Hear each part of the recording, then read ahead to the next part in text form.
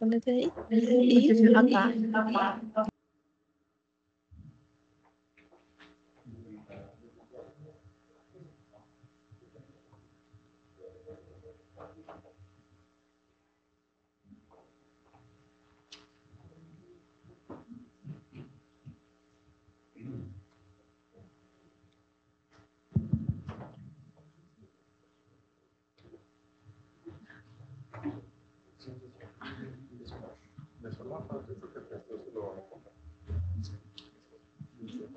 Bueno, hola, muy buenos días. Un gusto tenerlos aquí. Mil gracias a todos los panelistas y a Dilia como moderadora. Ahora Dilia va a hacer la introducción de cada uno de los panelistas y les dejo también con un saludo de Jaime González Moore, presidente de la Junta Directiva. Yo soy Santiago Uribe, director ejecutivo de Bridgestone Colombia. Un gusto estar aquí con ustedes. Santiago, muchísimas gracias. Muy amables a todos por atender el día de hoy. Quiero agradecer muy especialmente a KPMG que nos ha prestado su sede. Muchísimas gracias por recibirnos en el día de hoy. Igualmente a todos los demás distinguidos panelistas que nos acompañan el día de hoy. Y ahí les habla nuestra vicepresidenta de la Junta que se va a encargar de hacer la moderación en el panel de hoy. El tema de las pensiones nos atañe absolutamente a todos. Como lo hablábamos hace un momento con Santiago, es un tema que tal vez de jóvenes no nos preocupamos mucho, pero si no nos cuidamos, si no planeamos bien el futuro, podría ser literalmente nuestro único ingreso en la vejez. Y ese asunto, pues, por supuesto, nos debe preocupar de qué manera. El día de hoy, pues, justamente queremos es tratar los asuntos que se vieron de acuerdo a la última reforma que se acaba de ocurrir en el Congreso, y queremos pues aprovechar, tenemos unas preguntas bastante interesantes que hemos recogido pues de parte de ustedes y por supuesto de nuestros panelistas para aclarar dudas que tengamos al respecto del tema, que pues por supuesto han sido fuente de debate en estos días. Yo quisiera iniciar tal vez un poquitico esta conversación y por supuesto pues pasamos a las preguntas de inmediato después de la presentación de los panelistas. Con respecto a una estadística que salió la semana pasada y tal vez pasó un poquitico desapercibida por la mayoría de nosotros, que trata, entre otros, sobre el tema de nacimientos. Si comparamos el primer cuatrimestre, es decir, de enero a abril del año 2024 con respecto al año anterior, hubo una caída de más o menos 11%, solamente con respecto al año anterior. Como ustedes recuerdan, pues este es un sistema que básicamente es una pirámide. Los que están trabajando aportan para poder producir para las pensiones de los que ya están pensionados. Si comparamos eso con hace 10 años, el año 2014, el año completo con respecto al año 2023, la caída es de cerca del 25%, es decir, el año 2023 hubo 25% menos nacimientos que en el año 2014. Esto ya nos deja inmediatamente a todos una preocupación. En adición a eso, pues tenemos lo que planteó la reforma. Entonces, sin más, Dilia, pues te doy la palabra. Muchísimas gracias nuevamente a todos nuestros panelistas por atender hoy y por supuesto ustedes por acompañarnos en este día. Esperamos que sea útil para todos. Bueno, muchísimas gracias por acompañarnos en la mañana del día de hoy. Muchísimas gracias Jaime y Santiago y por supuesto al equipo de Bridgestone por organizar este evento y por supuesto a nuestros anfitriones de la mañana del día de hoy, KPMG, muchísimas gracias por estar aquí y por supuesto a cada uno de nuestros panelistas, quienes con toda la buena voluntad y el interés por supuesto de tener una conversación más profunda sobre este tema tan importante que tiene que ver con las pensiones. Así que bueno, muchísimas gracias nuevamente a cada uno de ellos. Voy a iniciar entonces con una presentación de cada uno de ellos y a la vez pues voy a ir haciendo las preguntas para que tengamos dinamismo. Realmente hemos pensado este panel en tres, digamos en tres ejes temáticos. Uno de ellos está relacionado con básicamente cómo es la estructura del sistema actual y cuáles fueron los cambios que se propusieron con la reforma. ¿Cuál sería? El segundo eje está relacionado con las prestaciones del sistema, la transición y los traslados. Y un tercer eje relacionado con los temas que debe tener en cuenta el sector empresarial. Entonces, para la primera pregunta, que está relacionada sobre en qué consiste el cambio en la estructura del sistema del modelo actual al nuevo, esa pregunta nos la va a responder el profesor Juan Camilo Jiménez, quien es magíster en Derecho Laboral y Derecho de la Seguridad Social de la Universidad Pontificia Javeriana, especialista en seguros y seguridad social de la Universidad de La Sabana y especialista en Derecho Laboral de también la Universidad Javeriana. Actualmente es profesor de la Facultad de Ciencias Jurídicas, donde lidera el semillero de investigación en Derecho Laboral y el grupo de investigación en Derecho Laboral y Seguridad Social. Además, es miembro del Observatorio Laboral. Es profesor invitado de la Universidad Sergio Arboleda, la Universidad del Norte y la Universidad Libre Sede de Cúcuta. Conferencista y capacitador en emprendimiento, trabajó en la era digital, liderazgo corporativo. Fundador de Ale Consultoría con Propósito, miembro del Colegio de Abogados del Trabajo y de la Asociación Colombiana del Derecho Deportivo, árbitro enlistado en la Corte Suprema de Justicia para tribunales de arbitramiento laboral desde el año 2021. Profesor, bienvenido, muchas gracias. Dilia, muchas gracias a ti. Muy buenos días para todas las personas que están acá, para todas las personas que se conectan. Y bueno, voy a tratar de hacerlo lo más sencillo posible. Obviamente la estructura de un nuevo sistema pensional siempre es muy complejo y una invitación con la que yo quisiera arrancar es: no sientan que con esta conferencia que ha agotado el tema sigan sintiendo la necesidad de estar conversando de esto, porque es algo que va a estar muy nuevo y lo clave es la información. Si uno tuviera que quejarse de algo que pasó cuando salió Ley 100 y de lo que uno refleja hoy en retrospección, es mucha gente no se preocupó por informarse, muchos actores no se preocuparon por informarse o por informar, y eso derivó en desconfianzas hacia el sistema, en falencias en el modelo de cotización, en discusiones judiciales. Eso no quiere decir que esto no vaya a pasar con el nuevo sistema, pero obviamente entre más nos informemos y más invitemos a las demás personas a informarse, pues vamos a garantizar mayor confianza en el nuevo sistema. Si es bueno, si es malo, esa discusión ya se tuvo en el Congreso y yo siento que en este momento pues uno tiene que jugar con las cartas que le toca jugar, ¿cierto? Eso es como cuando uno va a una mesa de blackjack y uno juega pues con la carta de la mesa, no hay más. Esta es la reforma que está. Si pudo ser mejor, obviamente toda situación buena siempre será susceptible de mejorarse. Si pudo ser peor, claramente también existía la posibilidad de que se pueda hacer peor, pero esta tiene vacíos, tiene cosas buenas, tiene cosas malas, tiene cosas regulares, pero esta y en esto es en lo que nos vamos a adentrar a partir del 1 de julio de 2025, si no pasa nada extraño alrededor de discusiones de constitucionalidad o no. Yo de antemano les digo, yo creo que no va a haber un éxito, una demanda de inconstitucionalidad sobre el trámite de la reforma, porque realmente sí ha pasado que se han discutido y aprobado escenarios en plenaria de Cámara, aprobando textos ya previamente aprobados en Senado. O sea, no es tan claro para mí que eso pueda ser visible. De pronto sí va a haber demandas en cuanto al contenido, pero eso va a demorar un poco más y demás. La estructura. Nos vendieron mucho el modelo escandinavo, el modelo de los Países Bajos de piso, de multipilar. La reforma habla de una estructura multipilar, pero realmente tenemos una estructura más parecida a un esquema de pisos de protección social.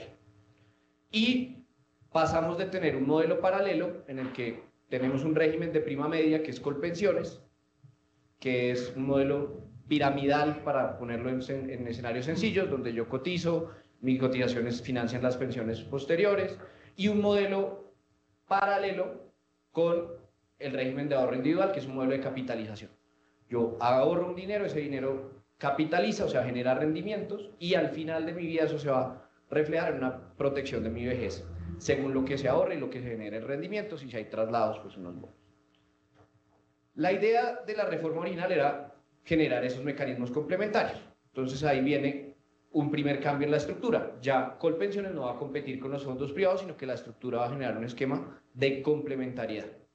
Sin embargo, antes de llegar a eso, la reforma pensó en incluir dentro del sistema de protección social y de seguridad social en pensiones dos modelos que venían de afuera e introducirlos. Uno es un modelo de protección a los adultos mayores en condición de pobreza, que aquí se va a entender como el pilar solidario, que son adultos mayores en condición de pobreza bajo la focalización que determine el gobierno nacional, pero tienen que haber sido residentes en Colombia durante 10 años y, ojo, que esto es muy importante con los temas de migración, está atado a ser nacional colombiano.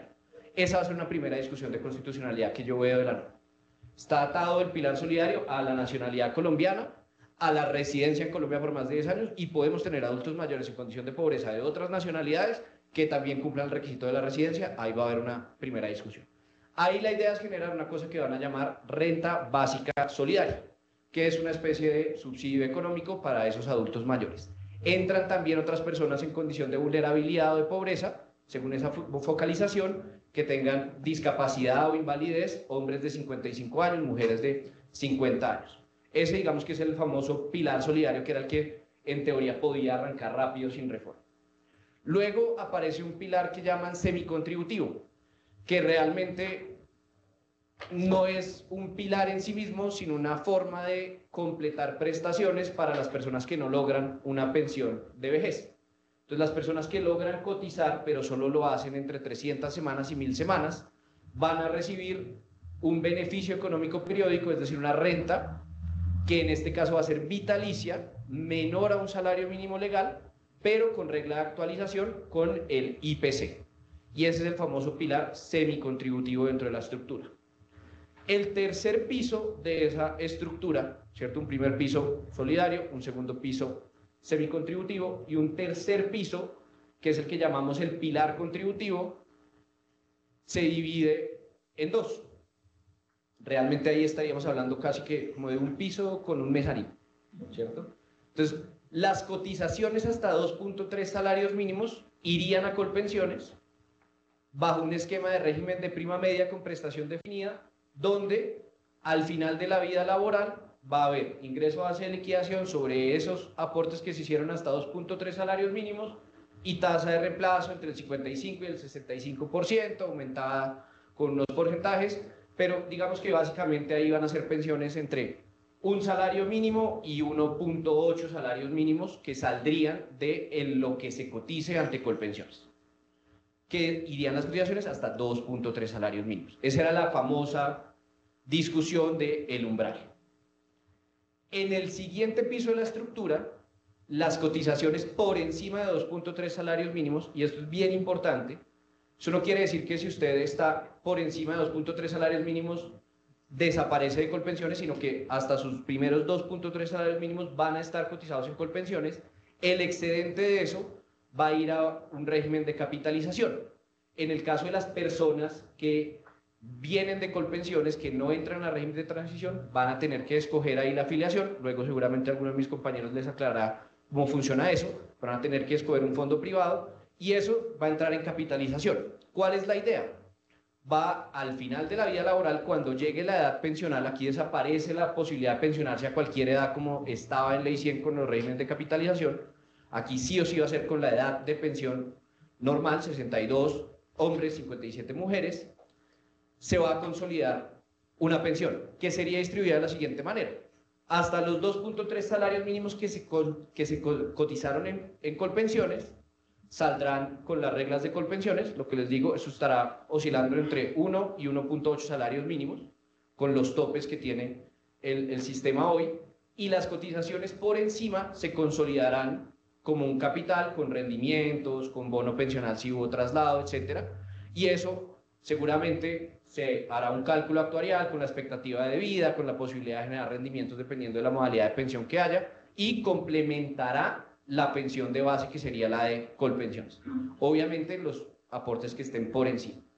Y hay un último pilar, que esto creo que va a ser el tema más importante para la parte final de este panel, que es el tema empresarial, y es el pilar voluntario, que son las cuentas AFP o los programas de pensiones voluntarias que pueden ofrecer entidades del sector financiero, particularmente fondos de pensiones, pero digamos que no es el único mecanismo de planeación ahí. ¿Y por qué digo que va a ser muy relevante?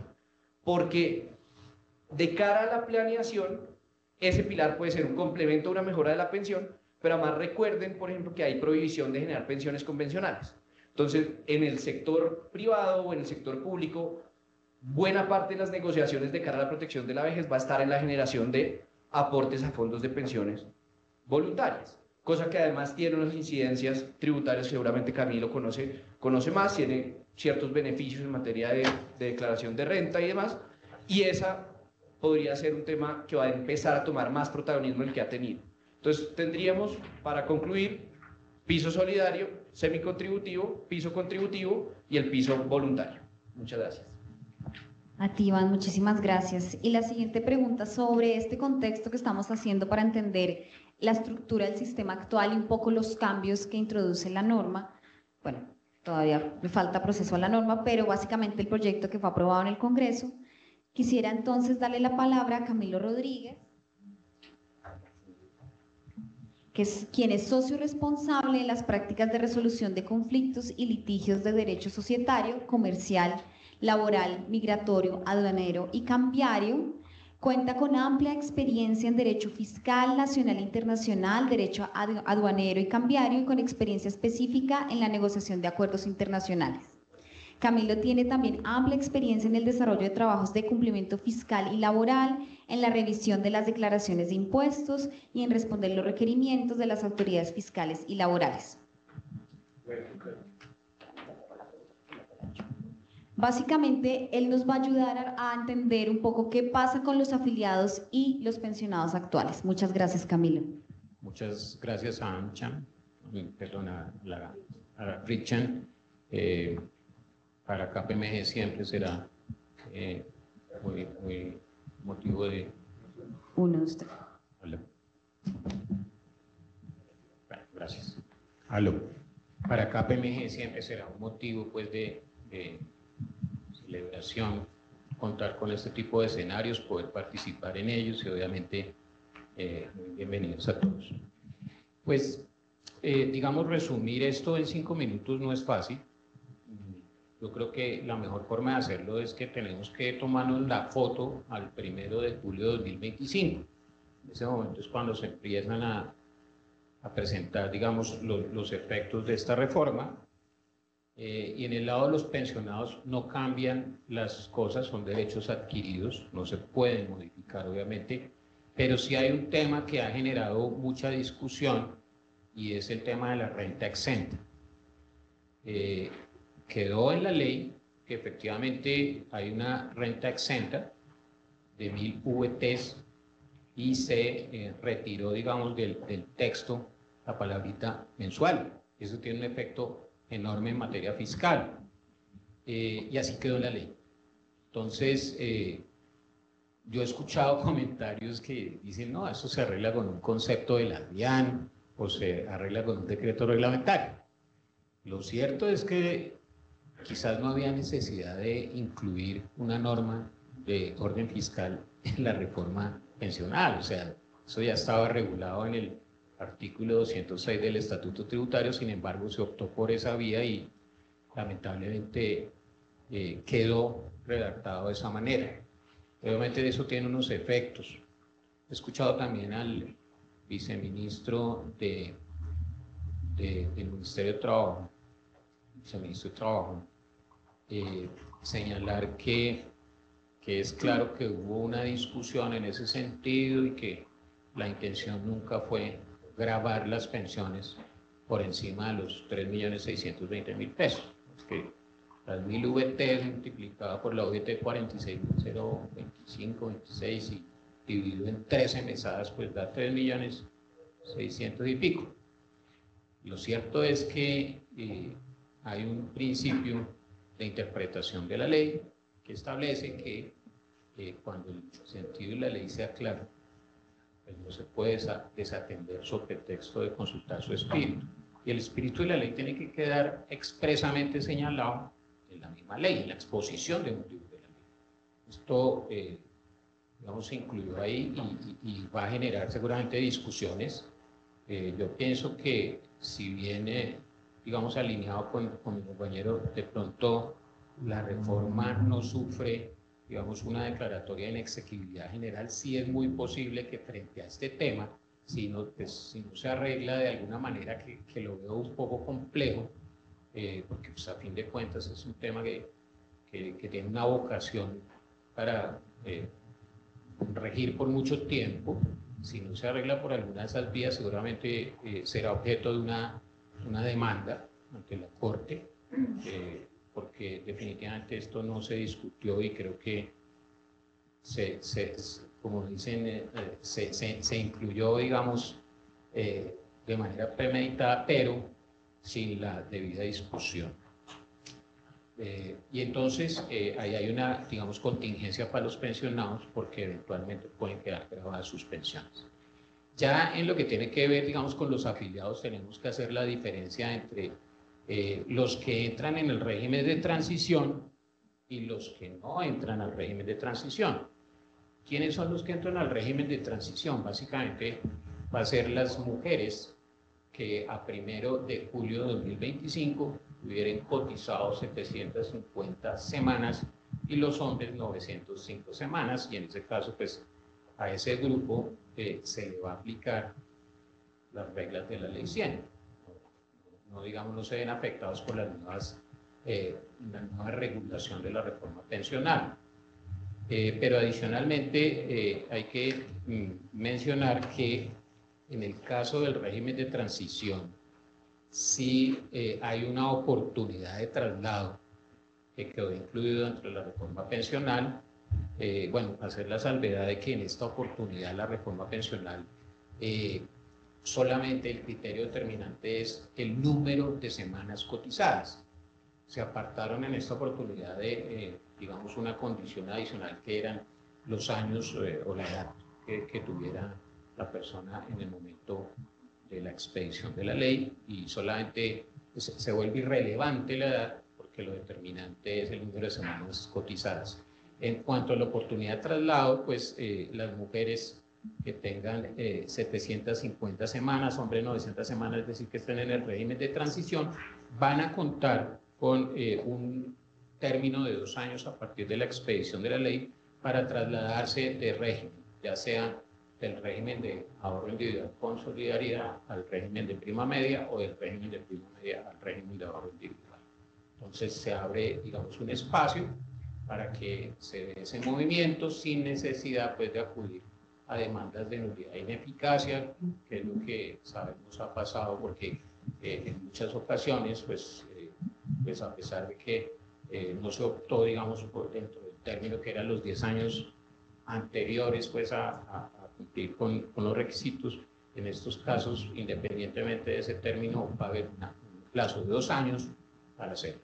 Quizás quedaron por fuera aquellos que efectivamente cumplen los requisitos, pero que estaban demandando, habían demandado precisamente la ineficacia, ¿sí?, para buscar un traslado, y esa gente quedó por fuera. En cuanto a los afiliados, pues,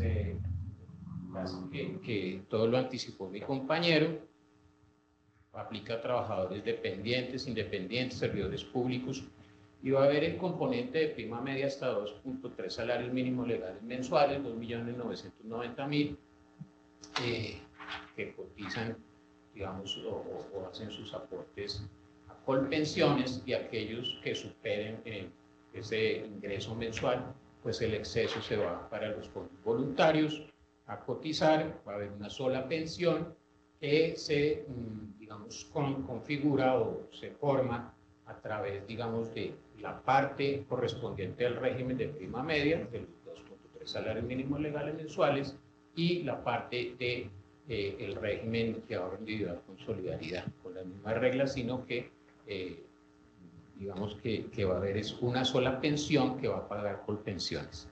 Y en cuanto a los requisitos, pues 62 años los hombres, 57 años las mujeres, pero digamos antes del 2025 pues tendrán que cumplir tanto hombres como mujeres el requisito de las 1.300 semanas. A partir del 1 de julio de 2025 el requisito de las semanas para las mujeres se va a reducir gradualmente.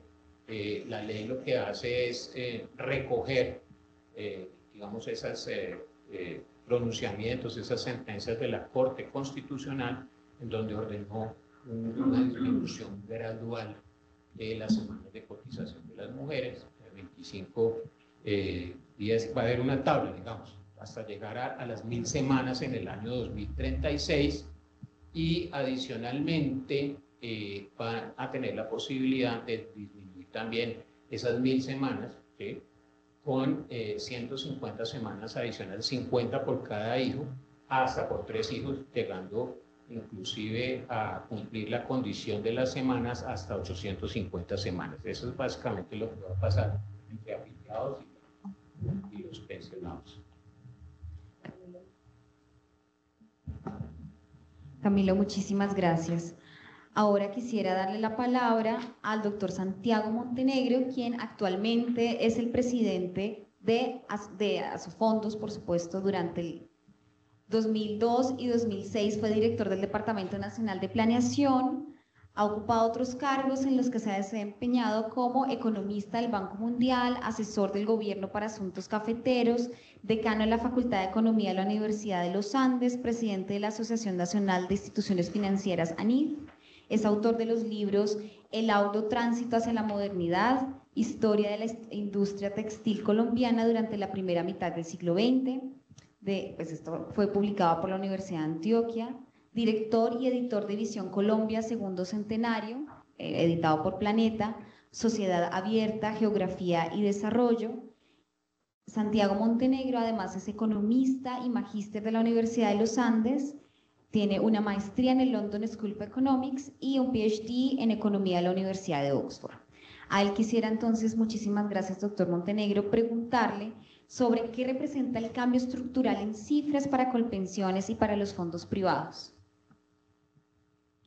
Sí, bueno, primero que todo quiero agradecer esta oportunidad de compartir con ustedes algunas de estas ideas que son muy complejas, como ya han dicho, y que deberíamos continuarlas en otros foros, ¿no? Para tener esa información que tú decías, ¿no? Porque si hay algún tema complejo es el tema de la seguridad social y en particular de pensiones, ¿no? Entonces, un poco, digamos, a mí me gustaría comenzar diciendo que la reforma a las pensiones era necesaria. O sea, desde Asofondos, desde hace muchísimo tiempo, habíamos planteado que hacía falta una reforma. Y muy rápidamente voy a decir por qué. Ya se dijo, 2 regímenes compitiendo uno con otro. Eso, Colombia y Perú son 2 casos atípicos en el mundo, una cosa absurda y complicadísima, ¿no? Que nadie entiende. A todos, a ustedes les ha pasado que si me debo quedar, que si me paso, que ni sé qué, que mi tío dice que mejor no me pase. En fin, eso es una cosa demasiado enredada. Primer punto. Segundo punto, la cobertura. Bajísima, ¿no? Solo 1 en 3 trabajadores cotizan y solo 1 en 4 adquiere hasta ahora pues una pensión de salario mínimo, de un salario mínimo, o por lo menos un salario mínimo legal.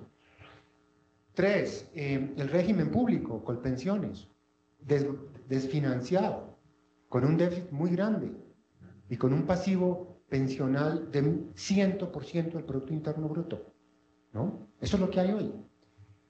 4, un régimen muy regresivo, es lo más vergonzoso del Estado colombiano, el régimen de Colpensiones, que le da subsidios a los ricos, a las personas de ingresos altos, ¿no? Eso es lo que tenemos hasta ahora. ¿Qué hace la reforma? Y comienzo por las cosas positivas. La reforma unifica el sistema, ¿no? Podemos estar de acuerdo que si esto o no, pero eso es bueno, que haya un solo sistema, no 2 regímenes compitiendo. Entonces, punto positivo. 2, reduce mucho los impuestos regresivos, pero no los elimina, ¿no? Porque todos los que van a cotizar hasta el umbral 2.3 salarios mínimos, que son de todo tipo de ingresos, incluyendo la gente de ingresos altos, ellos van a seguir recibiendo un subsidio, ¿no? Que lo estimamos en unos 400 millones de pesos, ¿no? O sea, incluso personas de sueldos de 20, 30 millones, al momento de jubilarse, van a recibir un cheque de 400 millones. O sea, eso es figurativo, está implícito, ¿no? En valor presente por el subsidio que hay. Entonces, sí reduce mucho, pero no lo reduce completamente. Pero como además todos van a pasar a Colpensiones, todos van a cotizar hasta el umbral en Colpensiones, triplica el número de personas recibiendo subsidios. Y eso tiene impacto fiscal, ¿no? Entonces, digamos, está bien reducir los subsidios, pero con esas dos calificaciones. El pilar solidario es una cosa muy buena, ya existe, ¿no? Eso se llama Colombia Mayor. Lo que pasa es que la cobertura no es tan grande, 1.7 millones. Esto lo va a subir, no sabemos exactamente, posiblemente hasta 2,5. Está bien, aumentar la cobertura y aumenta pues la plata que reciben los adultos mayores pobres, que son unos 85.000 pesitos a 225.000 para cubrir la línea de pobreza absoluta. Eso nos parece bien, pero también con unas calificaciones, ¿no? Cualificaciones. Primero, eso no necesitaba estar en la ley. Eso se podía hacer por decreto, ¿no? Por decreto. Entonces, sí nos preocupa que haya quedado en la ley con el siguiente punto que voy a decir. Eso no debe ser financiado de ninguna manera con las cotizaciones de los trabajadores.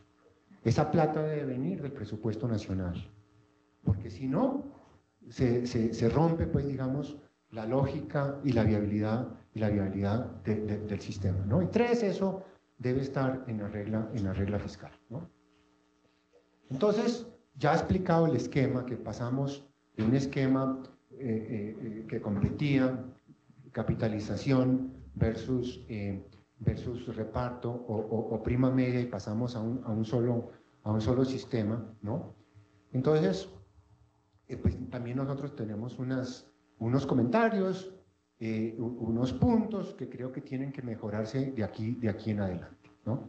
Nosotros pensamos que la propuesta como quedó, no incorpora las consecuencias de largo plazo, como se dijo, porque esto no hay que verlo solo para los próximos 2 o 3 años o 5 años, ¿no? Un sistema pensional hay que pensarlo para las próximas generaciones, ¿no? Para las próximas generaciones, ¿no? Entonces, nosotros seguimos argumentando que esto no incorpora la transición demográfica. La transición demográfica es el evento con el cambio climático determinante del siglo XXI, ¿no? La población se está envejeciendo, está viviendo más, las familias están teniendo menos hijos o no están teniendo hijos, ¿no? Y ustedes lo conocen. Aquí mis asistentes, que son jovencitas, ¿no? Nos pueden explicar si están pensando tener, ¿no? 5, 6, 8 hijos como los abuelos, ¿no? Ahora no quieren tener hijos, quieren tener un perro, un gato, ¿no? Eso suena, ¿no?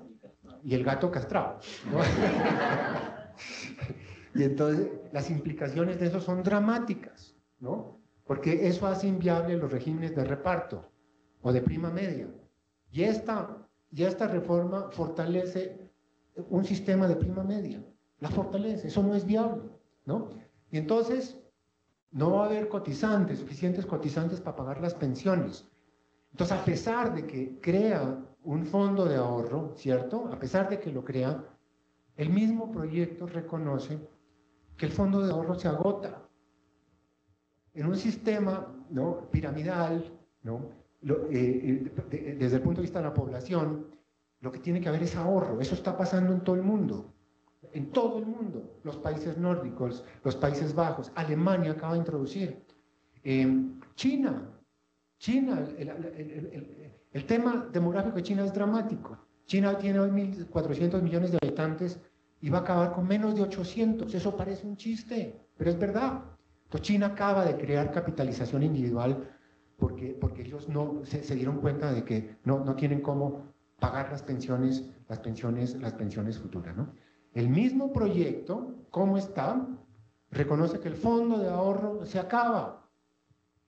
Y hacia el 2060 se arma, el déficit pensional sube como a 5 puntos del Producto Interno Bruto, ¿no?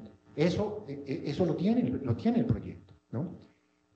Yo no me voy a extender mucho más, pero eso es un problema, digamos, de fondo que tiene este proyecto. Y entonces, no solo el proyecto como está reconoce eso, sino que los funcionarios públicos, la ministra dijo que hay que hacer otra reforma dentro de 12 años. El exministro Campo también dijo que hay que hacer una reforma para subir la edad, el número de cotizaciones, el número de años de cotización. Y como si fuera un poco, ¿no?, digamos, extraordinario, la ponente de la Cámara de Representantes, la coordinadora ponente, la doctora Marta Alfonso, dijo que hay que radicar otro proyecto el 20 de julio, este 20 de julio. Y a los días el ministro del Interior, que hay que hacerle ajustes y que van a radicar otro proyecto para hacerle unos ajustes, ¿no? Entonces, un poco esa es la visión que tenemos del proyecto. El ahorro va a caer, se va a disparar la deuda pública. El mismo gobierno reconoce que la deuda pública pensional va a subir 40 puntos del PIB. La CAR, el Comité Autónomo de la Regla Fiscal, dice que va a subir de 105 a 170, ¿no? Desde el punto de vista del pasivo pensional, esto nos retrocede 30 años, ¿no? Entonces yo sí creo que, digamos, reconociendo esos aspectos positivos, ¿no? Hay que tener en cuenta estos puntos, porque esta discusión va a seguir, tiene que seguir hacia adelante, ¿no? Para que seamos más conscientes todos, y sobre todo los jóvenes, que entre otras cosas hay grupos importantes de jóvenes que se han involucrado en esta discusión, han opinado, porque ellos se dan cuenta de que esto los va a afectar, ¿no? Personas, muchachos, muchachas que tengan 20, 22 años, se dan cuenta que como está esto, cuando ellos lleguen a la edad de jubilación, no va a haber quién les pague las pensiones, ¿no? No va a haber, ¿no? Como lo reconoce este mismo proyecto. Yo dejo ahí y más adelante podemos continuar con otros temas. Muchísimas gracias, doctor Montenegro. Ahora quisiera preguntar un poco si un año es suficiente o no de preparación para la reforma, para la implementación de la reforma. Y esa pregunta se la quiero dar a Juan Pablo Prócer, quien es abogado y asociado a la oficina de Baker & McKenzie de Bogotá. Tiene experiencia en asesoramiento de clientes locales y extranjeros en diversos sectores de la economía, en asuntos laborales y de seguridad. Es abogado de la Universidad Javeriana y obtuvo una especialización en Derecho Laboral de la misma universidad y una maestría en Derecho del Trabajo y Relaciones Laborales de la Universidad de Salamanca. Juan Pablo, muchas gracias. Buenos días para todos y muchísimas gracias por la invitación a Brickcham para participar en este panel de la reforma pensional. Bueno, para responder la pregunta, definitivamente va a ser desafiante, va a ser un reto para el gobierno poder implementar, poder preparar y estructurar esta reforma pensional en el plazo de un año. ¿Aló? Sí. Más aún teniendo en cuenta que ya se han anunciado, o sea, todavía ni siquiera se ha promulgado la ley y ya se han anunciado modificaciones o reformas a la reforma pensional.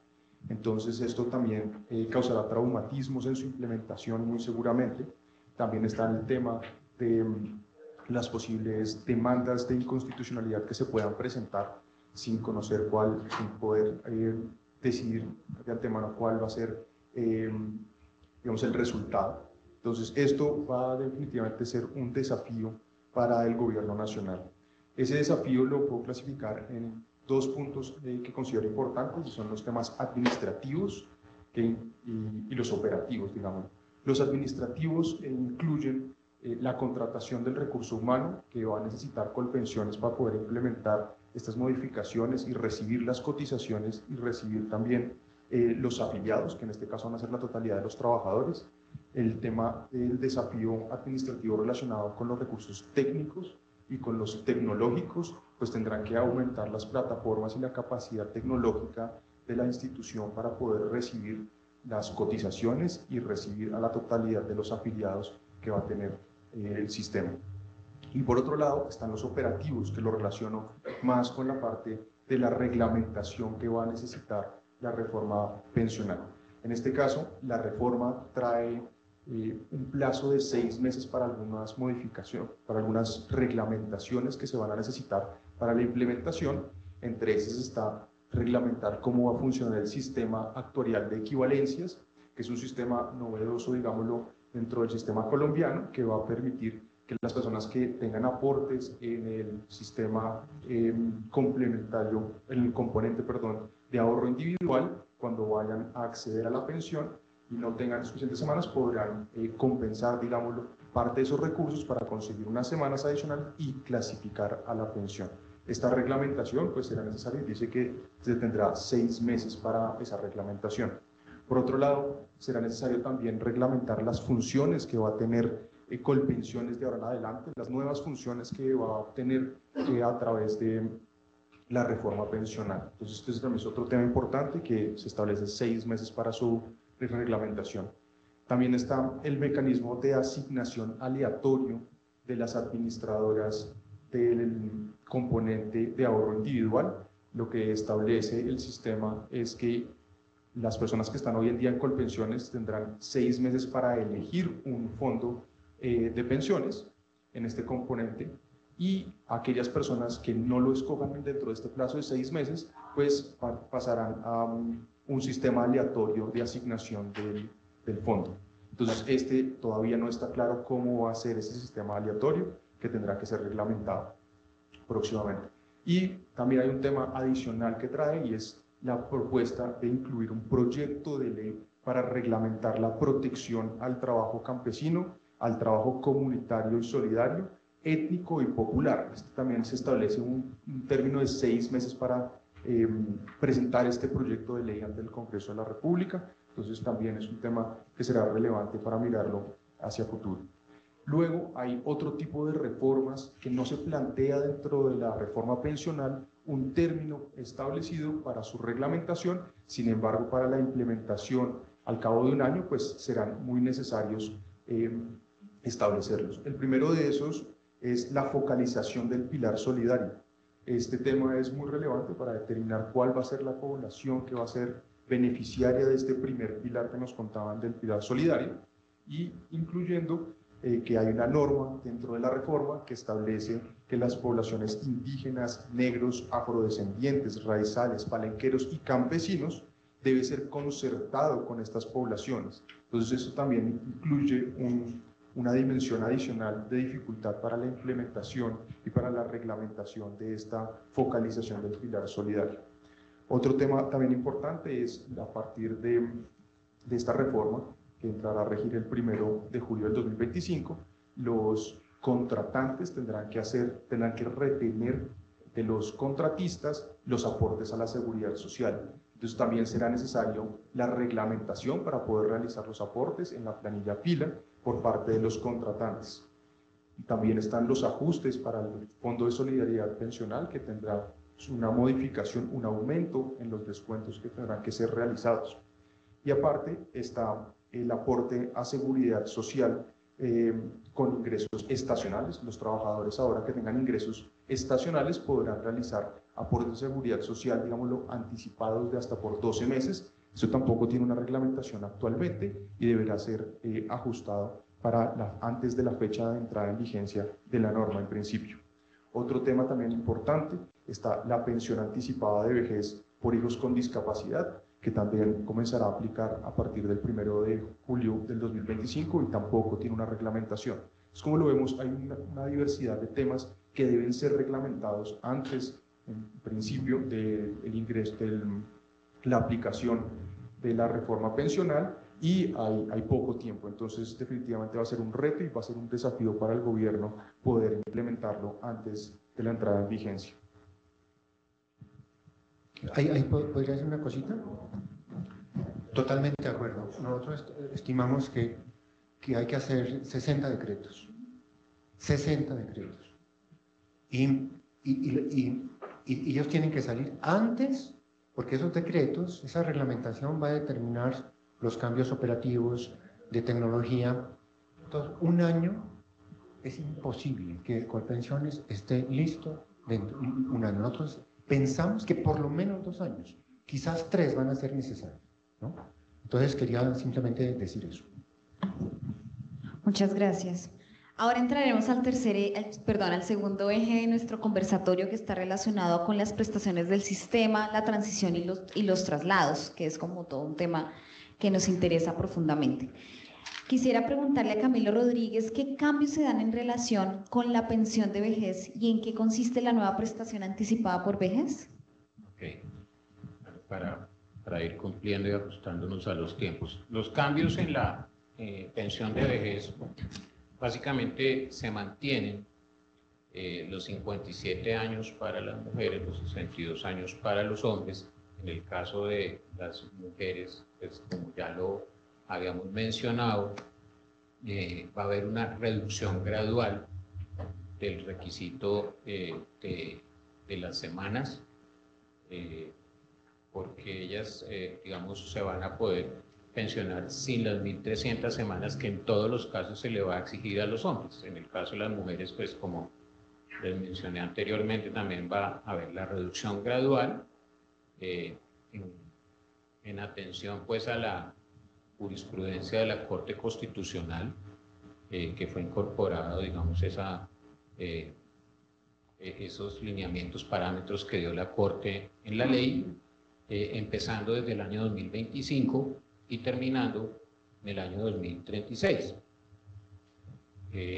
Entonces, básicamente los requisitos de número de semanas cotizadas para los hombres no van a cambiar, el requisito no va a cambiar, para las mujeres sí cambia y el requisito de la edad se mantiene tal cual está hoy en día.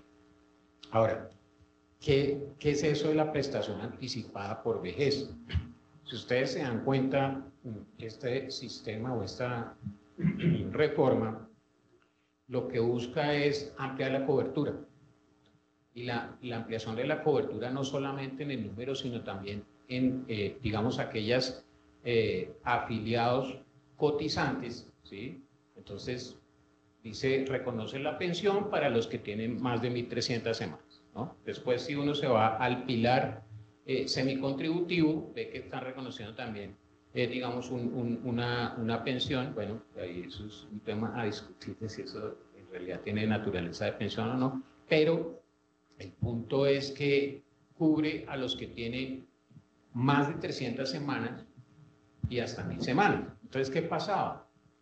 Faltaban los que tenían de 1.000 semanas a 1.300. Inclusive una pregunta interesante acá es, aquellos que cotizaron hasta 300 semanas, ¿qué pasó con ellos? No quedaron ahí metidos. Entonces, ¿qué es lo que busca, digamos, esta prestación anticipada por vejez? Anticipada no es porque no tenga que cumplir el requisito de la edad. De hecho, el requisito de la edad para esta prestación es más exigente que la regla general. Anticipada es básicamente porque se va a reconocer la pensión antes de cumplir el requisito de las 1.300 semanas. ¿Y aplica para quién? Pues para los afiliados que no estén en régimen de transición, que no alcancen, digamos, el régimen de transición. En el caso de las mujeres tiene que tener 62 años y los hombres 65. Como les dije, pues no reúnan los requisitos de las 1.300 semanas, pero sí tengan más de 1.000 semanas. Básicamente lo que va a pasar acá es que van a ser beneficiarios, pero también aportantes, porque de esa prestación se va a descontar el aporte que le correspondía hacer hasta cuando cumpla las 1.300 semanas.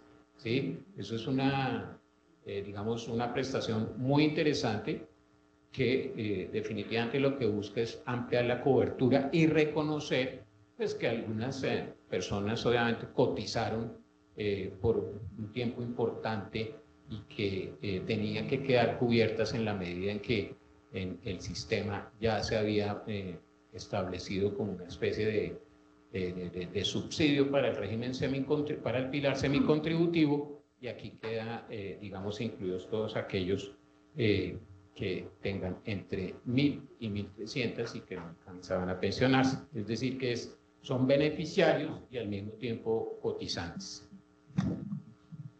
Gracias, Camila. Ahora quisiera preguntarle a Iván Camilo Jiménez, ¿qué cambios se presentan para la pensión de invalidez y sobrevivientes? Bueno, muchas gracias, Dilia. Vean, cuando arrancó la discusión de cómo iba a ser la reforma, nosotros de la Universidad del Observatorio Laboral y Fiscal nos invitaron un montón. ¿Qué proponíamos? ¿Qué teníamos? El Observatorio Fiscal tenía sus cifras. Yo siempre fui como divergente porque a mí particularmente la reforma pensional, si no toca regímenes exceptuados, me parece que nunca resolverá el pasivo pensional. Que los regímenes exceptuados son lo que más cuesta el pasivo público está en los regímenes exceptuados. Eso igual se marchitará. Pero un punto que yo siempre les dije, pilas que están enfocados en pensión de vejez y se les va a olvidar invalidez y sobrevivientes y va a quedar mejor la pensión de invalidez y sobrevivientes para muchos afiliados y no están poniéndole cuidados. Conclusión, metieron unos temas de invalidez y sobrevivientes en la reforma. Cambió, pero eso va a generar también unas discusiones, creo que es de los temas más complejos. Entonces, lo primero que cambia, las pensiones de invalidez y sobrevivientes van a ser 100% financiadas con el componente de cotizaciones en prima media. ¿Para qué? Para garantizar que haya más recursos, digamos, de capitalización en lo que va a fondo privado, que de Colpensiones salga el modelo de seguro previsional, pero ojo, dice que también puede ser el mecanismo que el gobierno elija. En el largo plazo es posible que el gobierno, viéndose a gatas en materia de caja, no de sostenibilidad a largo plazo, sino de caja, diga, manejemos esto con el fondo común. Eso va a pegar en las cifras de largo plazo. Pero obviamente si uno tiene que estar pagando un seguro o estar sacando caja en lugar de pagar a largo plazo, pues va a ser más funcional pagar a fondo común y no tener un seguro previsional. Segundo punto, la pensión de invalidez. Y ahí viene un error de la reforma, que es que maneja la pensión de invalidez y sobrevivientes como si fuera lo mismo. No sé por qué, porque tienen 50 años de cotización en los últimos 3 para generar la pensión, pero eso lo manejan lo mismo y son dos cosas diferentes. Entonces, en invalidez, 50% de pérdida de capacidad laboral, cotizaciones en los últimos 3 años 50, 26 semanas si es un afiliado, digamos, de menos de 28 años. Y ahí, ¿cuál es la idea? Que se paga, dependiendo del porcentaje de pérdida de capacidad laboral, entre el 45% del promedio de lo cotizado en los últimos 10 años, y puede aumentar hasta el 75%, o arranca desde el 54%, si la pérdida de capacidad laboral es alta, es más del 66%, y puede subir hasta el 75% dependiendo de la densidad de cotización. ¿Qué cambia ahí? Que dice que es temporal y que luego se convertirá en una pensión de vejez. Entonces yo voy a hacerles un ejercicio aquí rápido de eso. Un afiliado de 45 años que tiene una pérdida de capacidad laboral de 55%, cumple requisitos para pensión de sobrevivientes, de invalidez, perdón, y se ganaba 10 millones de pesos. Y resulta que va a lo básico, al 45%. Pues listo, tome su pensión de 4.500.000. Va a venir la primera discusión, dice el promedio de lo cotizado al pilar contributivo en los últimos 10 años. No dice el promedio de lo cotizado al pilar contributivo en prima media de los últimos 10 años. Entonces, obviamente, ¿qué diría uno en favorabilidad? El pilar de lo cotizado y que eso hace cotizaciones, todo, ¿cierto? Sus 10 millones de pesos, tome su pensión de 4.500.000. Ese afiliado llega 17 años con esa pensión y llega a los 62 y le dicen, bueno, listo, viene su pensión de vejez. Entonces, sobre los 2.3 salarios que tenía en Colpensiones, va 1.8. Y de repente la capitalización estuvo buena y le damos 1.500.000. Igual sigue teniendo 200.000 pesos menos que lo que tenía por pensión de invalidez. Vendrá la discusión. ¿Qué termina siendo la pensión vitalicia? ¿La que estaba por invalidez o la nueva que saldría por vejez? Esa no está resuelta hoy. La resolverán, mis queridos amigos y amigas, los jueces. La realidad es esa. Y cuando eso lo resuelve un juez, eso pasa como en un partido de fútbol, lo que diga el VAR y usted no sabe. ¿Sí? Sí, pues eso sí es la realidad. Cuando define un tercero, puede resolver a favor de uno o a favor del otro. Eso siempre se puede perder por muy seguro que usted piense que está a su caso. En sobrevivientes, la regla es aún más extraña, porque también habla de que sobrevivientes es una renta temporal que después se consolida con la vejez, pero es que yo consolido mi vejez, no la del que se murió. ¿Cierto? Entonces ahí ya empieza una gran discusión de la definición. Se mantiene, eso sí, la regla de pensionado vitalicio, cónyuge, compañero o compañera más de 30 años, los otros son temporales y son menores, hijos menores de 25, trae la regla jurisprudencial, eso puede ser bueno, la regla jurisprudencial en tema de convivencia sucesiva, de convivencia, digamos, simultánea, de cuando cosas que pasan, ¿no? En este y seguramente en todos los lugares, municipios de Colombia, señores y señoras que tienen 3, 4 familias, 3, 4 mujeres simultáneas, sucesivas, etcétera, y hay que vivir esa pensión, ahí traen la regla jurisprudencial. Obviamente traen la regla jurisprudencial, pero adivinen qué, pues eso igual lo va a tener que definir un juez, porque nada de puta más que es que la otra se lleve la plata que me tocaba. Eso sí, también lo resolverá un juez. Qué pena la grosería, perdón mi francés.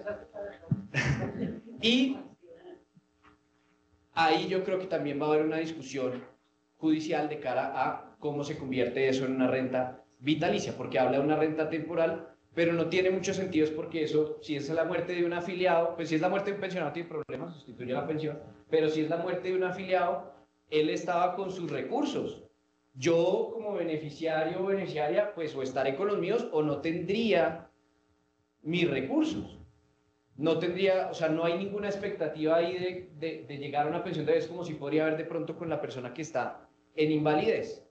Y esa pensión también será con el promedio de lo cotizado en los últimos 10 años y arranca en el 45%, se sube en 2% dependiendo de la cantidad de semanas cotizadas y nuevamente también límite hasta el 75%. Esos son los grandes cambios de la pensión de invalidez sobrevivientes que creo que van a ser. Ayer hablamos con los litigantes, nos quitaron la ineficacia de traslado, viene pensión de sobreviviente e invalidez, alisten porque eso va a ser el día a día de los juzgados. A mí me gustaría complementar un poquito, estando de acuerdo con ese análisis, un poco los costos fiscales que puede tener esto. Porque, digamos, hoy el seguro previsional, pues lo dan las compañías de seguros, ¿no? Y como quedó la ley, digamos, las compañías de seguros van a tener la responsabilidad de dar el beneficio, o sea, la pensión de invalidez o de sobrevivencia, hasta la edad de jubilación. Y en ese momento, como quedó la ley, Colpensiones asume esa responsabilidad.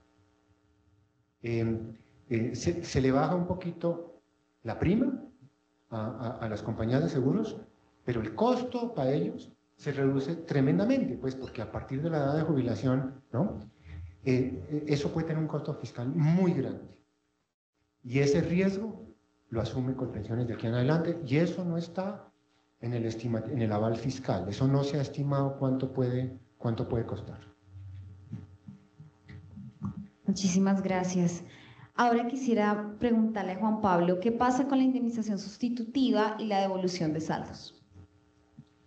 Bueno, importante mencionar que estas dos figuras de la indemnización sustitutiva y la devolución de saldos se van a mantener, pero va a cambiar un poco su alcance en el sistema, en el nuevo sistema o la reforma pensional.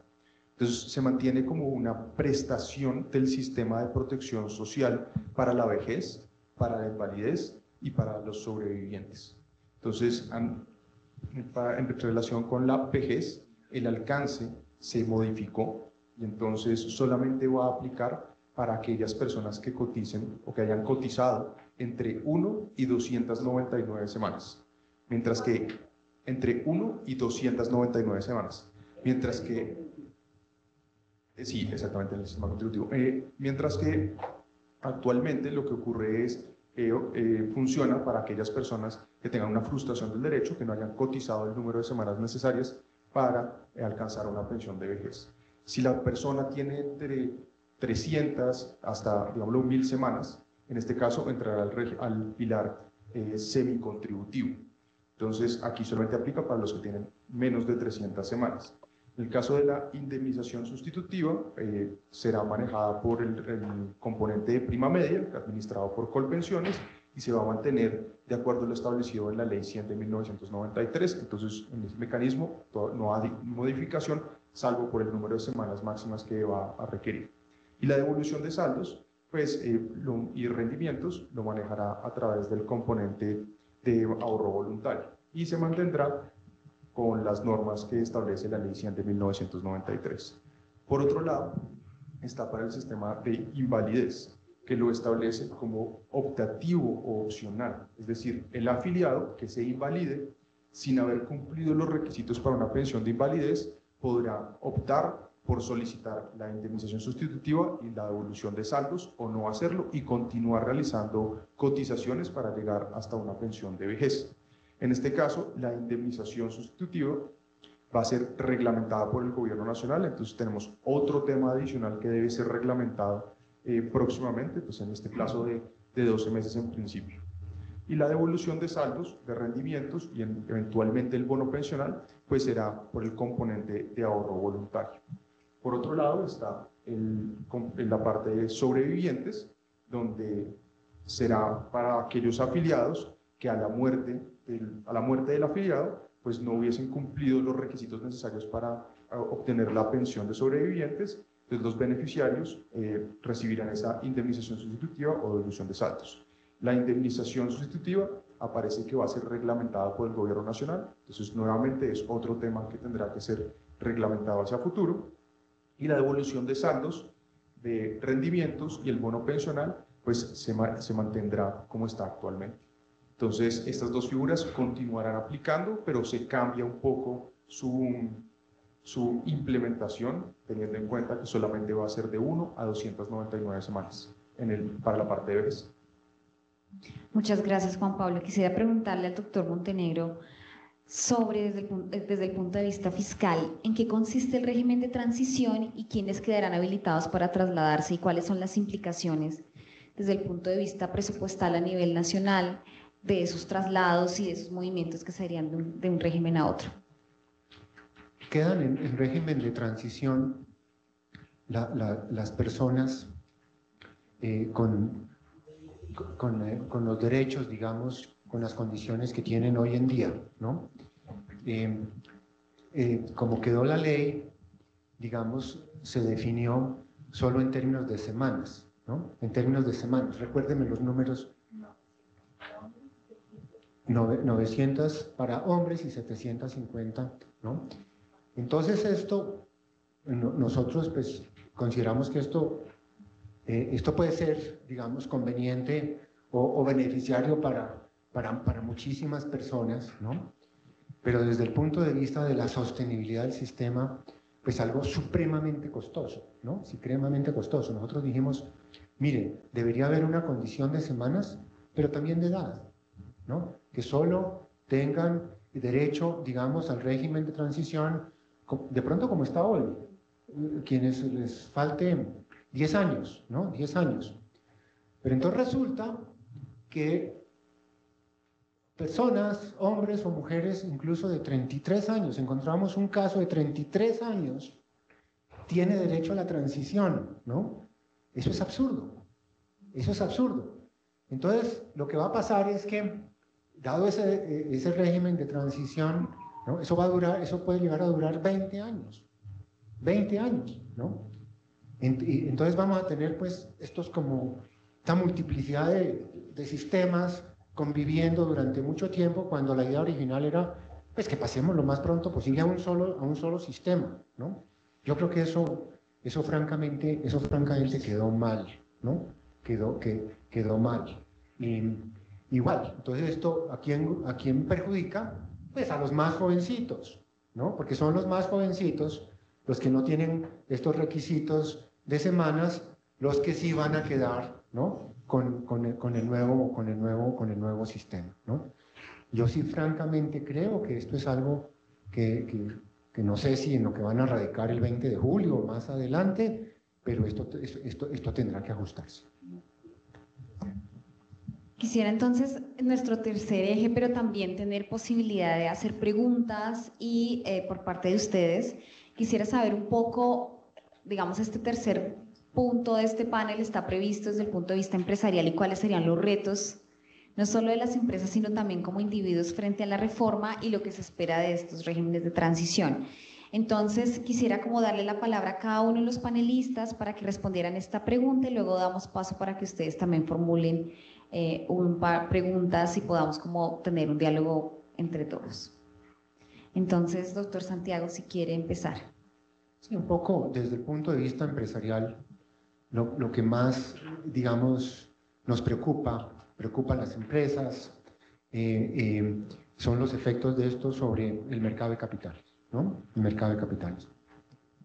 Los fondos de pensiones hasta ahora han sido una fuente primordial de financiamiento, ¿no? En renta fija, en renta variable, incluso para el gobierno mismo. El ahorro va a caer, el ahorro previsional un 80% de los flujos van para Colpensiones, para el régimen público. El fondo de ahorro no va a compensar, ¿no?, el ahorro que había antes, entonces va a haber muchos menos recursos para la financiación productiva, ¿no?, productiva. En un país que tiene una tasa de ahorro muy baja, ¿no? Colombia tiene una tasa de ahorro de un 14% del Producto Interno Bruto, que es unos 10 puntos menores a las que tiene Chile, unos 12, 14 puntos menores a las que tiene Brasil, y no hablar de tasas de ahorro de China o de Corea del Sur, ¿no?, de 45% del Producto Interno Bruto. Cuando uno ve esas fotos o esos videos de esas ciudades chinas con las autopistas, los trenes de alta velocidad, esos aeropuertos o centros comerciales, ¿no?, lo que hay detrás de eso son unas tasas de ahorro gigantescas, ¿no?, que han permitido todas esas inversiones, ¿no? Con esa tasa de ahorro, China ha podido invertir el 40% del PIB, ¿no?, en esas cosas, en infraestructura, y le ha quedado incluso un 5% del Producto Interno Bruto para invertir en el exterior, para comprar bonos del Tesoro de los Estados Unidos.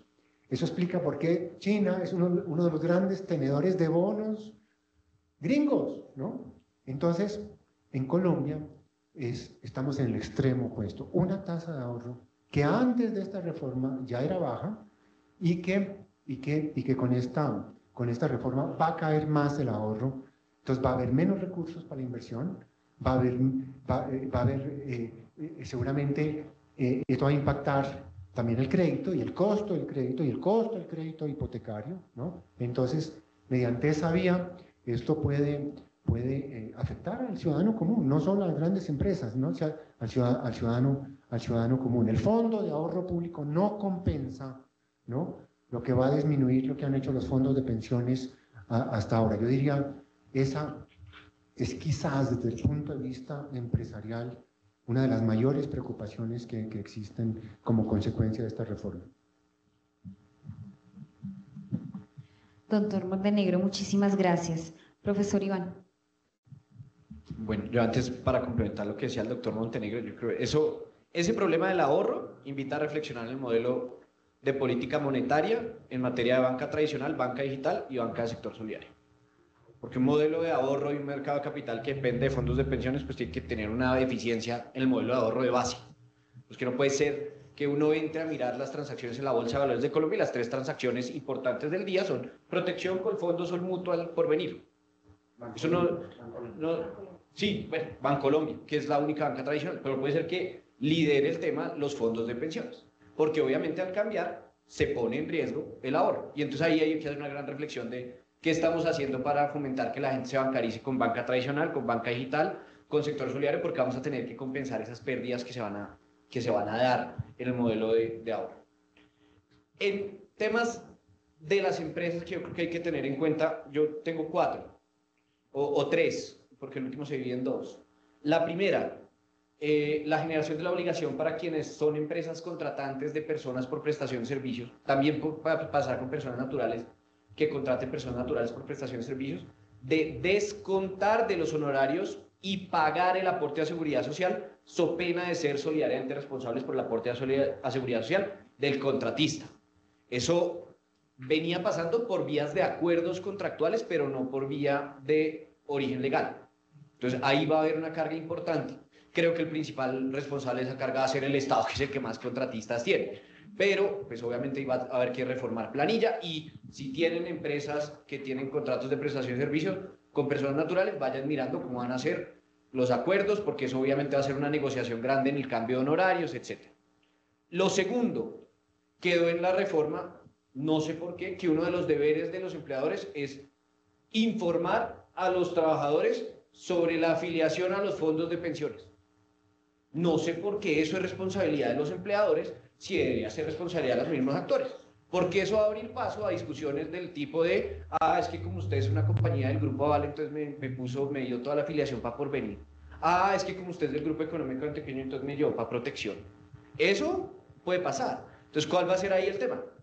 Infórmense para que entreguen la información sobre la afiliación de la manera más neutral posible y que eso no vaya a generar después conflicto sobre los empleadores como responsables de la información que además los afiliados deberían conocer y preocuparse ellos mismos también por su propia pensión.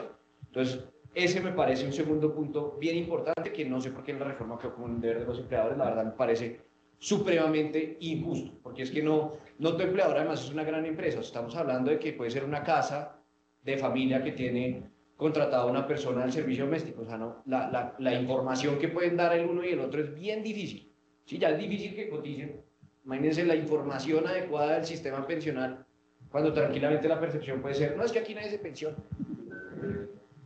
Esa realmente es la realidad de muchos hogares colombianos. Y la última, que creo yo es la más importante, el pensamiento de los empresarios y empresarias de la estructura del modelo de compensación. Es decir, la estructura con la que se le va a pagar a la gente a futuro. Porque esto va a tener mucha incidencia. ¿Por qué? Primero, porque cambia el aporte a fondo de solidaridad, se incrementa. Hoy arranca en el 1%, va a arrancar en el 1.5%, va a subir hasta el 3%. ¿Qué va a pasar ahí? Pues el incremento con el IPC del año 2026 seguramente no va a compensar también la pérdida del descuento por el aporte a fondo de solidaridad. Entonces hay que tenerlo en la planeación. Segundo, el tema de los planes voluntarios. Yo creo que eso va a empezar a ser un tema de planeación de cara no solo a cómo tiene eso efecto en la parte tributaria, que igual es mejor un aporte voluntario a pensiones obligatorias, ahí les adelanto, pues ingreso no constitutivo de renta, tiene un límite por la reforma tributaria, pero además porque va a ser la forma de complementar la pensión de vejez en la pérdida que va a tener los trabajos formales de altos salarios frente a la pensión que podrían tener en Colpensiones. Entonces eso va a empezar a ser un tema de diseño de compensación. Ya estamos otra vez hablando de cómo estructurar remuneración flexible, que cómo acceder a beneficios para reducir la renta, para que con menos descuentos de retención en la fuente también se mejore la estructura de capacidad de ingreso, porque hoy se pierde el incentivo de repente yo puedo tener una mejor pensión. Y se pierde la gran problemática de los esquemas de compensación flexible, que era, hay que compensar lo que se pierde en la pensión. Si esto todo va a capital voluntario, pues va a tener el mismo efecto que tendría en un esquema original, no tiene impacto frente a lo que pasaría en Colpensiones, y seguramente eso va a generar también un tema muy interesante en la competencia entre los nuevos fondos y los planes voluntarios para atraer al empresario a decirle, venga, yo le ofrezco el mejor plan para sus trabajadores en la pensión de vejez y que se le queden en la empresa, porque además el otro gran problema del empresariado hoy, el siglo XXI, es necesitamos retención de talento. Y uno de los temas de retención de talento sigue siendo aún el tema de cómo proteger yo la vejez y cómo incentivar que la gente se quede en mi empresa. Entonces ese creo que va a ser el panorama. Profe Iván, muchísimas gracias. Camilo, por favor. Mire, yo sí creo que en esto hay una preocupación muy grande porque el gobierno quizás en sus políticas públicas ha focalizado mucho en el tema sí, pensional, pero es que esto depende mucho también de todo el tema de la informalidad. Este país tiene unos índices de informalidad altísimos, ni que hablar, digamos, de las tasas de informalidad en el sector rural, de más del 80%. Entonces, si uno mira los efectos de esta reforma pensional en el largo plazo, mucho me temo yo que si no se hacen políticas públicas fuertes, agresivas para luchar contra la informalidad, vamos a tener a todo el mundo en el pilar semicontributivo. Y eso definitivamente es completamente insostenible. De manera pues que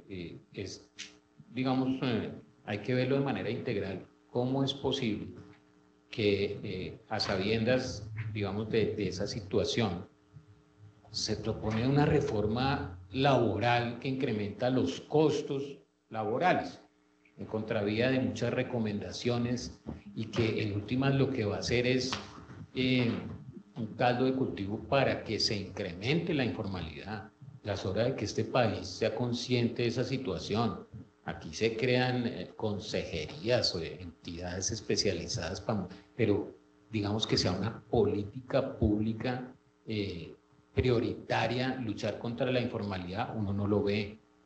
Y hacia allá es donde tenemos que ir, porque es que sí, son modelos que digamos, ya implementaron otros países, ¿sí? Pero son países donde, y obviamente las recomendaciones del Banco Mundial, de la OCDE, pero son países que manejan, digamos, su informalidad y donde las políticas públicas de alguna manera luchan contra eso.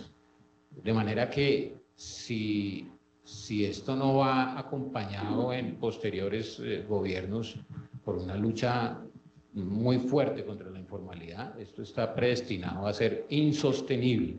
Otro tema que quizás me causa también un poco de curiosidad es ese parágrafo transitorio del artículo 12 que establece que todos, digamos, aquellos que a 1 de julio de 2025 sean aportantes con salarios superiores al umbral, entonces obviamente tienen que seleccionar su fondo de pensiones dentro de los 6 meses, pero ahí se metió la palabrita expedición de la ley, entonces queda ahí como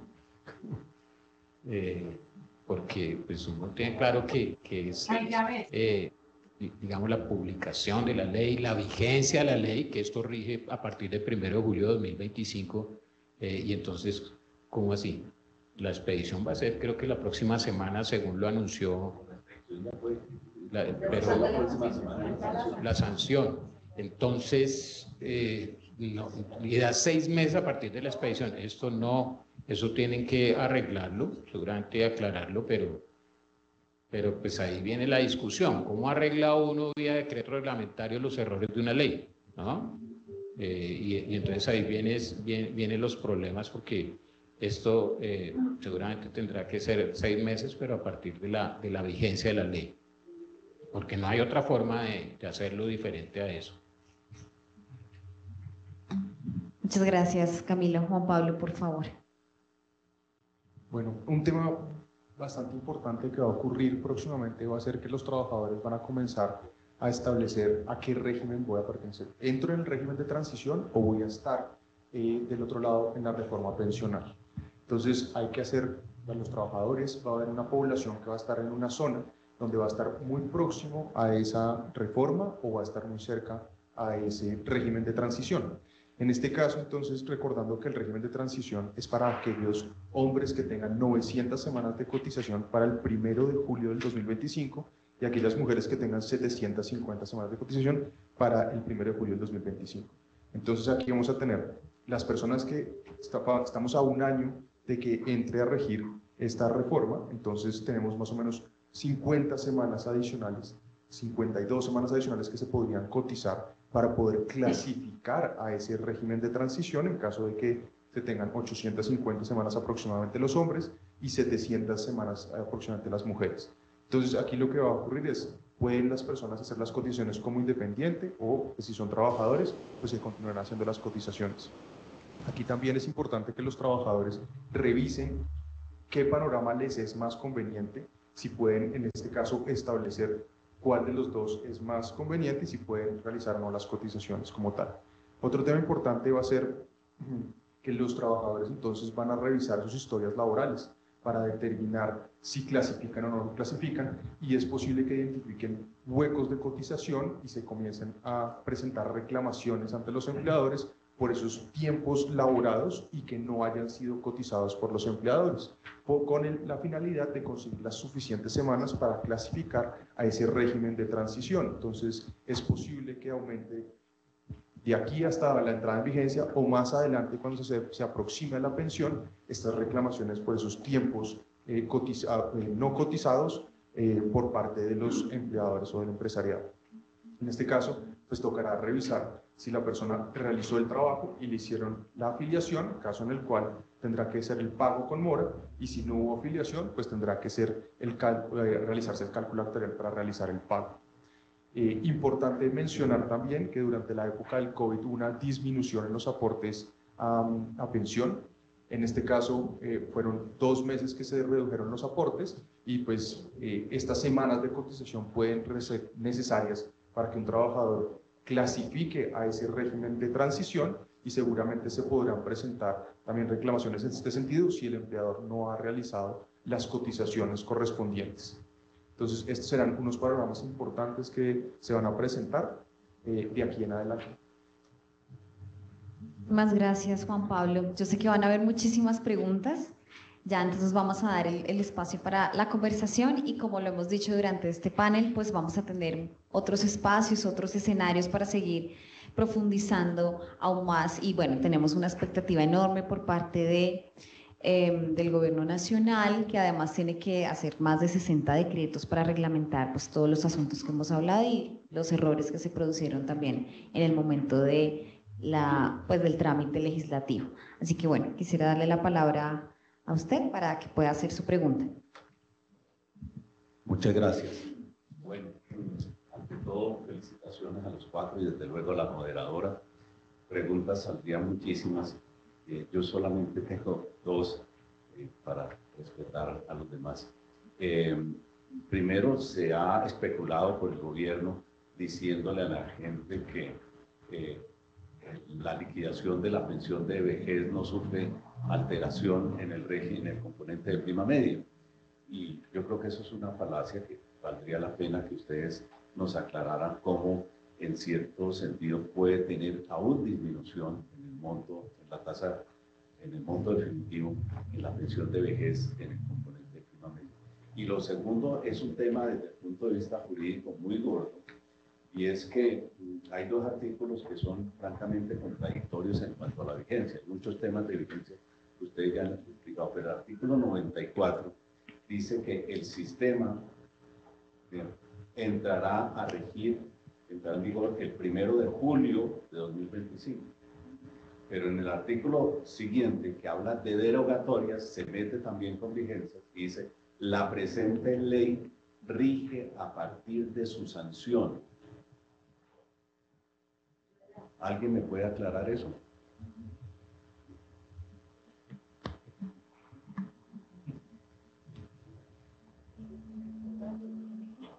Si quieren la pregunta, la segunda, ya los jurídicos que son la mayoría en este panel, la respondemos. Doctor Montenegro, no sé si la primera pregunta nos pusiera ayuda. La primera, pues, la pensión máxima que va a dar el Colpensiones va a ser el equivalente, digamos, un 75% de 2.3 salarios mínimos. Yo no sé cuánto da eso, ¿cierto? Eso es básicamente la pensión máxima. Estamos entonces hablando 1.8 millones salarios mínimos, 1.8 salarios mínimos. Esa es la pensión máxima, ¿no? Con el sistema actuarial de equivalencia se complementa. Sí, entonces, pero digamos, la gran mayoría de personas, para la gran mayoría de personas, dada la situación de nuestro mercado laboral, ¿no? Y la informalidad que tenemos, porque la gran mayoría de colombianos, un 80%, gana entre 1 y 2 salarios mínimos. Esa es la realidad. Entonces, esa va a ser la pensión máxima para ellos. Los que tienen ingresos superiores, pues van a tener unos ahorros, ¿no? Y sobre esos ahorros, pues van a tener un adicional, un adicional dependiendo del monto de los ahorros que tengan. Sí, esa es la situación. El otro punto es más jurídico. Pues yo qué veo ahí. Primero, creo que se va a cambiar con el tema de cómo se reglamente el sistema de equivalencias, porque eso claramente va a impactar la forma cuando se consolide de las personas que están en fondo privado allá. Y ahí se puede reducir, sin duda. Digamos que la idea original sí era esa de mantenerlo, pero como no era traslados automáticos y había personas que ya tenían que permanecer en fondo privado y demás, pues toca generar un sistema de equivalencias para cargar en semanas, y eso va a ser, digamos, ahí va a haber ajustes, yo creo que hacia la baja de la tasa. Sumado a que, por supuesto, la posibilidad de llegar al 1.8 sería con la tasa máxima de cotización, y sabemos que la tasa máxima de cotización hoy sí o sí depende de reclamaciones judiciales, porque hay una gran discusión de si la tasa es decreciente del 80 al 75 o si todas las podríamos llegar al 80. Entonces yo creo que ahí va a estar. De hecho, uno de los puntos que tocaba Juan Pablo sí afectan mucho, por ejemplo, el régimen de transición. Hoy hay unas sentencias de la Corte Suprema de Justicia, un par que dicen que las semanas tienen que contabilizarse a 52. Pero ojo, como eso se resuelva a caso concreto y es una sentencia interpartes de la Corte Suprema de Justicia, Colpensiones no está tomando en cuenta eso. Colpensiones sigue calculando lo normal. Y entonces ahí va a haber muchas discusiones, porque para cumplir las 750 semanas o las 900 semanas, a mí claro que me va a servir que me cuenten a 52 semanas por año y no a 50. Y eso va a impactar claramente, literalmente, el régimen de prima media, tanto el actual como el que viene. En la materia de vigencia yo creo que eso es el enredo más grande que se han podido inventar, porque tiene fecha de vigencia para el sistema de protección social, que en teoría es el 1 de julio de 2026, pero la ley dice que rige a partir de la expedición, las derogatorias, pero la ley es el nuevo sistema de protección social. Los traslados express dirigen a partir de la promulgación de la norma 2 años, y todos estamos especulando que supuestamente es el 2 de julio, que fue lo que anunciaron, y eso va a ser de las grandes discusiones, porque ¿cómo así que tiene 3 artículos que definen 3 vigencias diferentes, casi que para lo mismo? Porque es que si dice que la ley entra en vigencia a partir de su sanción, todo entra, porque ese es el sistema. Entonces, ¿cómo así? ¿Qué es el sistema que entra el 1 de julio de 2026 y qué es lo que no? Lo que decía Camilo me generaba unas dudas interesantísimas. O sea, 6 meses para elegir fondo, pero es que yo no puedo empezar a cotizar en fondo ahorita. Yo me quedo en Colpensiones y en el fondo ahorita yo cotizo hasta 1 de julio de 2026 cuando entre el sistema. Entonces, ¿para qué me dieron 6 meses? ¿Para qué me dieron 6 meses para elegir fondos? O sea, sé que hay mi elección y yo mañana entonces no puedo cambiar cuando llegue el año de vigencia de la sanción.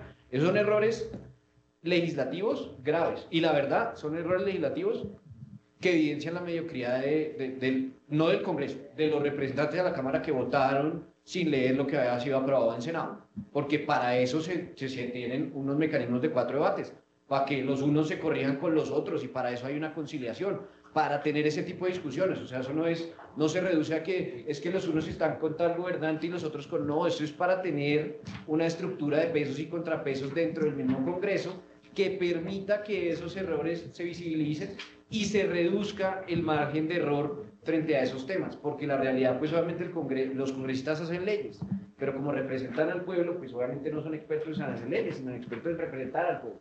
Entonces ahí es clave pensar que pueden cometerse errores.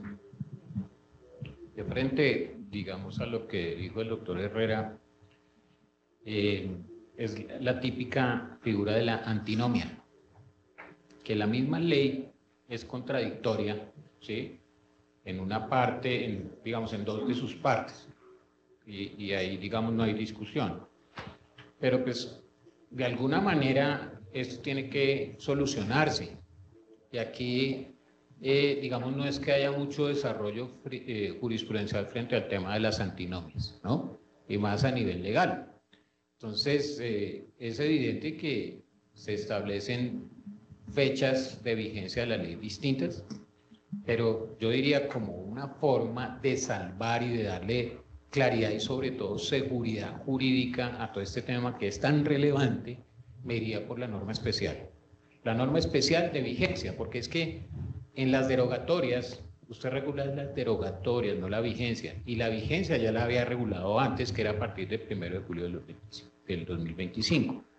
Creería yo que esa es alguna fórmula para salvar esto, porque definitivamente sí hay un problema, y un problema grave, y no solamente frente a ese tema, sino hay varios temas, digamos, complicados que tienen imprecisiones y que evidentemente tendrán que mirar cómo hacen para arreglarlo y ajustarlo. Juan Pablo, si quieres ser así. Bueno, otra norma que también incluye una fecha de entrada en vigencia diferente es la reducción de las semanas de cotización para las mujeres, que comienza a partir del 1 de enero del 2025, que van a ser 1.275 semanas. Entonces también vemos otra norma que tiene una fecha de entrada diferente a las de las demás, a pesar de que el régimen comienza a partir del 1 de julio del 2025. Y respecto a la primera pregunta, de si van a modificarse. En principio se supone que no deberían haber modificaciones frente a la forma de calcular la pensión en el componente de prima media. Sin embargo, está el sistema actuarial de equivalencias, que si bien no sabemos cómo va a ser regulado, porque todavía solamente hay una mención, en principio lo que busca es tomar los recursos que vayan a ser en el pilar de aportes voluntarios y del pilar en el componente de ahorro voluntario, para tomar esos recursos y que la persona pueda clasificar a la pensión. Entonces, en principio, se buscaría a través del sistema actual de equivalencias buscar que la persona clasifique a la pensión. Entonces sería buscar semanas adicionales a través de esos recursos para clasificar a la pensión. Entonces, en principio no debería modificarse, salvo para conseguir las semanas mínimas necesarias. Bueno, muchísimas gracias a todos y todas por participar en este panel. Entonces queda la conversación abierta y muchísimas gracias a KPMG por abrirnos su espacio en su casa el día de hoy. Muchísimas gracias a cada uno de ustedes. Muchas gracias.